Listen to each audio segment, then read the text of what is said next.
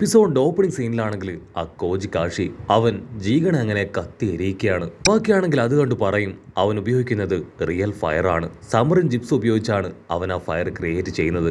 അതുകൊണ്ട് തന്നെ ജീഗൺ അവൻ മുഴുവനായിട്ടും രക്ഷിക്കാതെ ആ ഒരു ഫയർ അടങ്ങില്ല.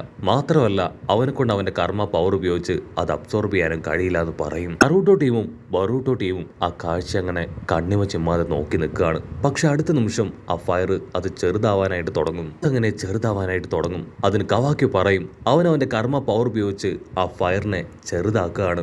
ഇവിടെ ഡോക്ടർ ആണെങ്കിൽ അത് കണ്ട് പറയും അവനെ കൊണ്ട് ആ ഒരു ഫയർ ചെറുതാക്കാൻ മാത്രമേ സാധിക്കൂ. അതിനും ഞങ്ങളൊരു ബാക്കപ്പ് പ്ലാൻ കണ്ടിട്ടുണ്ട്. അവൻ ഒരിക്കലും ആ ഫയറിൽ നിന്ന് തിരിച്ചു വരില്ല എന്ന് പറയും. അതേസമയം ഇവിടെ ജീഗന്റെ ബോഡി അത് ഓൾമോസ്റ്റ് തകർന്നുകൊണ്ടിരിക്കുകയാണ്. ഇസുക്കിക്ക് ജീഗന്റെ ബോഡി അത് ഉപേക്ഷിച്ച് പുറത്തേക്ക് വരേണ്ടി വരുന്ന ആ ഘട്ടത്തിൽ എത്തിയിരിക്കുകയാണ്. തീർത്തു പറയും ഒട്സുസുജിയെ കൊല്ലാൻ ഇതാണ് ഏറ്റവും വലിയ വഴി. എറ്റേണൽ ഫയർ ആണ് ഞങ്ങൾ യൂസ് ചെയ്തിരിക്കുന്നത്.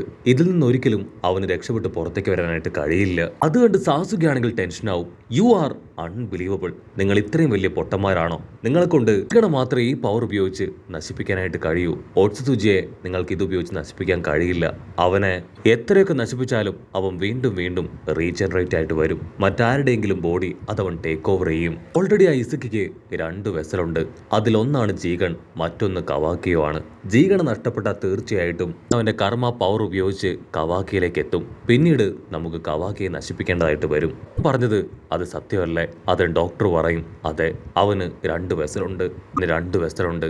രണ്ടാമത്തേത് കവാക്കി തന്നെയാണ്. ഇവിടെ കവാക്കിക്കാണെങ്കിൽ അത് കേട്ട് കൺട്രോൾ പോവും. അവനെ ഡോറ് വലിച്ചു തുറന്ന് അവന്റെ പവർ കയ്യിലേക്ക് കൊണ്ടുവന്ന് ഡോക്ടറിനെ അറ്റാക്ക് ചെയ്യാൻ ശ്രമിക്കുകയാണ്. അതിന് സാസുക ആണെങ്കിൽ അവന്റെ കൈ അങ്ങനെ തട്ടിത്തെറിപ്പിക്കും.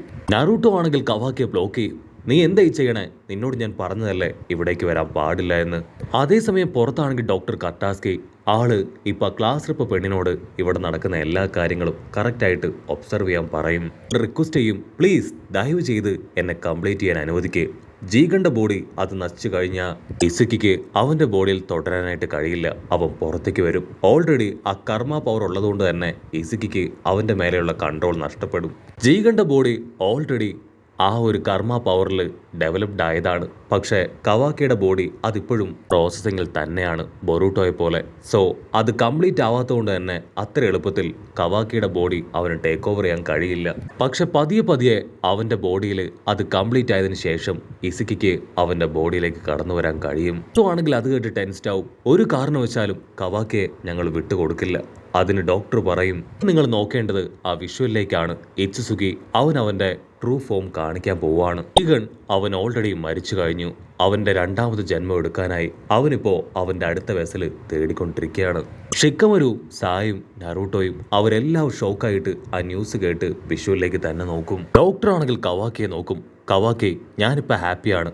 ആക്ച്വലി ഞാൻ ഇവിടേക്ക് വന്നത് അവിടെ ജീഗന്റെ ബോഡി അത് മുഴുവനായിട്ട് നശിച്ചതിന് ശേഷം ഇവിടെ എന്ത് നടക്കും എന്നറിയാനാണ്. അതെനിക്ക് നേരിട്ട് കാണണം. ഡോക്ടർ അത് പറയേണ്ട താമസം ഇപ്പൊ കവാക്കി ആണെങ്കിൽ വേദനയിൽ നിലവിളിക്കാനായിട്ട് തുടങ്ങും. അവന്റെ ബോഡിയിൽ ആ കർമ്മ പവർ അത് നല്ല ഫോഴ്സിൽ അവേക്കൻ ആവുകയാണ്. കൺട്രോൾ പോയ ബൊറൂട്ടോ ആണെങ്കിൽ ആ ഡോക്ടറിന്റെ കോട്ടിൽ കയറി പിടിക്കും. സത്യം പറയും, നിങ്ങളുടെ ഉദ്ദേശം എന്താ? കവാക്കിക്ക് അവൻ എന്താ സംഭവിച്ചതെന്ന് ചോദിക്കും. ഡോക്ടർ ആണെങ്കിൽ അതിന് മറുപടി പറയാതെ ഇപ്പൊ കവാക്കിയെ തന്നെ നോക്കുകയാണ്. അടുത്ത നിമിഷം കവാക്കി താഴേക്ക് വീഴും.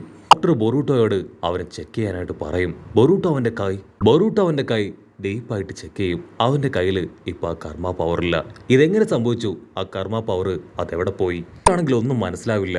ഇവിടെ കോജി കാശി അവനാണെങ്കിൽ ഇപ്പൊ ആ തീയിലേക്ക് തന്നെ നോക്കുകയാണ്. കാരണം ജീഗൺ മുഴുവനായിട്ടും കത്തി എരിഞ്ഞു കഴിഞ്ഞു.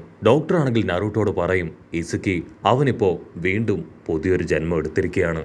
ഇതാണ് നമ്മുടെ കറക്റ്റ് സമയം. ആ ഒട്സുസുഗി അവനിപ്പോ ആ ബോഡി വിട്ട് പുറത്തേക്ക് വരും. ആ സമയം അവനെ തകർക്കണമെന്ന് പറയും. അപ്പൊ ക്യാമറ അങ്ങനെ സൂം ചെയ്ത് ആ ഒട്സുസുഗിയെ കാണിക്കും. അവനാണെങ്കിൽ തലയിൽ ഭീകരം കൊമ്പൊക്കെ വെച്ച് അങ്ങനെ ഒരു കിങ്കരനായിട്ട് നിൽക്കുക. ഇസുക്കി ആണെങ്കിൽ പുറത്തേക്ക് വരേണ്ട താമസം അവിടെ ഉണ്ടായിരുന്ന തൂണുകളും സാധനങ്ങളും എല്ലാം തന്നെ വെപ്പൻസ് ആക്കി മാറ്റുകയാണ്. മാത്രമല്ല വിഷ്വൽസ് എല്ലാം കാണിച്ചു കൊടുത്തോണ്ടിരുന്ന ആ തവളയെ പോലും അതില്ലാതാക്കി മാറ്റും. ഇവിടെ നറൂട്ടോ ആണെങ്കിൽ ഇപ്പൊ ഡോക്ടറോട് ചോദിക്കും, സത്യത്തിൽ ഇവിടെ എന്താ സംഭവിക്കണേ? നിന്റെ ഫ്രണ്ട് ആ കോജിക് അവന് ഇസുക്കി എന്തെങ്കിലും ചെയ്യോ? അതിന് ഡോക്ടർ പറയും അതെനിക്കറിയില്ല. ഞങ്ങളുടെ ലക്ഷ്യം ഇസുക്കിയെ അവന്റെ പൂർണ്ണ രൂപത്തിൽ പുറത്തേക്ക് കൊണ്ടുവരിക എന്നത് മാത്രമായിരുന്നു. അത് ഞങ്ങൾ സക്സസ്ഫുള്ളി കംപ്ലീറ്റ് ചെയ്ത് കഴിഞ്ഞു. നറൂട്ടോയ്ക്കാണെങ്കിൽ കോജിക്കിനെ ആലോചിച്ച് ഒരുപാട് ടെൻഷൻ തോന്നും. അവൻ ഒറ്റയ്ക്ക് അവിടേക്ക് നീ തള്ളിവിട്ടത് ശരിയായില്ല. അവന് നീ ഒറ്റയ്ക്ക് മരണത്തിന് മുൻപിലേക്ക് കടത്തിവിട്ടു. അവൻ ആരാണെന്ന് എനിക്ക് അറിയില്ല, പക്ഷെ അവനെക്കുറിച്ച് ആലോചിക്കുമ്പോൾ എനിക്കും ഒരുപാട് ടെൻഷൻ തോന്നുന്നു. അപ്പോൾ അവിടുന്ന് അങ്ങനെ കട്ട് ചെയ്ത ഇസുക്കി അവനാണെങ്കിൽ കോജിക്കിന്റെ ഫേസിലുള്ള മാസ്ക് അത് ചെറുതാക്കുകയാണ്. അവൻ ആ മാസ്ക് അങ്ങനെ ചെറുതാക്കി കൊണ്ടുവന്ന് അത് മുഴുവനായിട്ട് തകർക്കും. അപ്പോഴായിരിക്കും അവന്റെ റിയൽ ഫേസും രൂപമൊക്കെ അങ്ങനെ റിവീൽ ആവുക. അത് മറ്റാരുടെ രൂപമല്ല, സാക്ഷാൽ ജിറയ സെൻസായിയുടെ. ഇസുക്കി ആണെങ്കിൽ അത് കണ്ട് അവനെ പരിഹസിക്കും. എനിക്കറിയാം ഡോക്ടർ ആമഡോ, അവൻ നിനക്ക് ജിറയ സെൻസായിയുടെ പവറും രൂപമൊക്കെയാണ് തന്നിരിക്കുന്നതെന്ന്. പക്ഷെ എങ്കിലും അത് നേരിട്ട് കാണാൻ ഒരു ആഗ്രഹം തോന്നി. അതിനാണ് നിന്റെ മാസ്ക് ഞാൻ തകർത്തത്. ഇസുക്കി ആണെങ്കിൽ അവനെ മുഴുവനായിട്ടും തകർക്കാനായിട്ട് കോജിക്കിന്റെ അടുത്തേക്ക് വരികയാണ്. കോജിക്കാണെങ്കിൽ ജിറയ സെൻസായെ പോലെ പവറൊക്കെ അവന് നേരെ പ്രയോഗിക്കും. പക്ഷെ അവനാണെങ്കിൽ ആ പവറിൽ നിന്നെല്ലാം ഹായ് ആയിട്ട് നടന്നു വരികയാണ്. കോജിക്കാഷിക്ക് കാര്യം പിടികിട്ടും. അവൻ ജീഗണ പോലെയല്ല. അവന്റെ യഥാർത്ഥ രൂപത്തിൽ അവന്റെ പവർ വളരെ കൂടുതലാണ്. ഞാൻ വളരെയധികം ഫുൾ ആയിട്ട് വേണം അവനുമായിട്ട് ഏറ്റുമുട്ടാനെന്ന് പറഞ്ഞ് ടെൻഡിക്കിൾസ് പോലെ എന്തൊക്കെയോ ക്രിയേറ്റ് ചെയ്ത് അവനെ അതിൽ മടക്കി ലോക്ക് ചെയ്യുകയാണ്. നോട്ടിയടയിൽ ഇസുക്കിയാണെങ്കിൽ അവന്റെ സൈസ് ചെറുതാക്കും. കോജിക്കാഷി ആണെങ്കിൽ അപ്പോഴും വിട്ടുകൊടുക്കാതെ ജിറയ സെൻസയെ പോലെ ഒക്കെ ഉപയോഗിച്ച് തലങ്ങും വിലങ്ങും അറ്റാക്ക് ചെയ്യാണ്. അതിനവനാണെങ്കിൽ അങ്ങനെ ഫ്ലൈ ചെയ്ത് ഇപ്പൊ കോജിക്കിനോട് പറയും, എനിക്കറിയാം എന്നെ മുഴുവനായിട്ടും നശിപ്പിക്കാനാണ് നീയും ഡോക്ടറും ചേർന്ന് ശ്രമിക്കുന്നതെന്ന്. കവാക്കിയുടെ ബോഡിയിൽ നിന്ന് ആ കർമ്മ പവർ അത് അധിക സമയം കഴിയുന്നതിന് മുൻപ് തന്നെ മുഴുവനായിട്ടും നഷ്ടപ്പെടും. പിന്നീട് എനിക്കൊരു ബോഡി ഉണ്ടാവില്ല.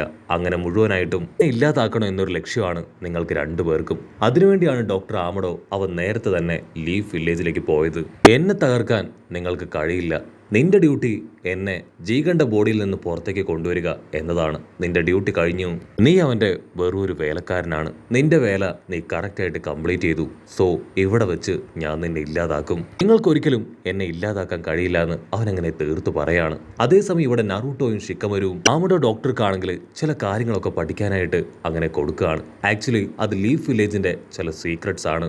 ഈ ഡോക്ടർ ആണെങ്കിൽ വാണിംഗ് കൊടുക്കും, എന്റെ പെർമിഷൻ ഇല്ലാതെ ഒന്നും ചെയ്യാനായിട്ട് പാടില്ല. നീ എന്ത് ചെയ്താലും അത് എന്റെ അണ്ടറിൽ മാത്രമായിരിക്കണം. ഷിക്കമരുവാണെങ്കിൽ ടെൻഷനായി ഇപ്പൊ ഡോക്ടറോട് അവന്റെ മകന്റെ കഴുത്തിലുള്ള ആ ഒരു ബെൽറ്റ് റിമൂവ് ചെയ്യാൻ പറയും. അതിന് ഡോക്ടറാണെങ്കിൽ ക്യാഷ്വലായിട്ട് പറയും, അതൊരു സാധാരണ ബെൽറ്റാണ്, അതിൽ ബോംബൊന്നും ഞാൻ ഫിക്സ് ചെയ്തിട്ടില്ല. അത് കേട്ട് കൺട്രോൾ പോയ ഷിക്കമരു അവന്റെ കോളർ പിടിച്ച് വലിക്കും. ഡോക്ടർ ആമഡോ ആണെങ്കിൽ നറൂട്ടോയ്ക്ക് നേരെ തിരിയും. ഇപ്പൊ നമ്മൾ ഫൈറ്റ് ചെയ്തിരുന്ന വരാൻ പോകുന്ന വലിയൊരു ദുരന്തത്തെ നമുക്ക് തടയാനായിട്ട് കഴിയില്ല.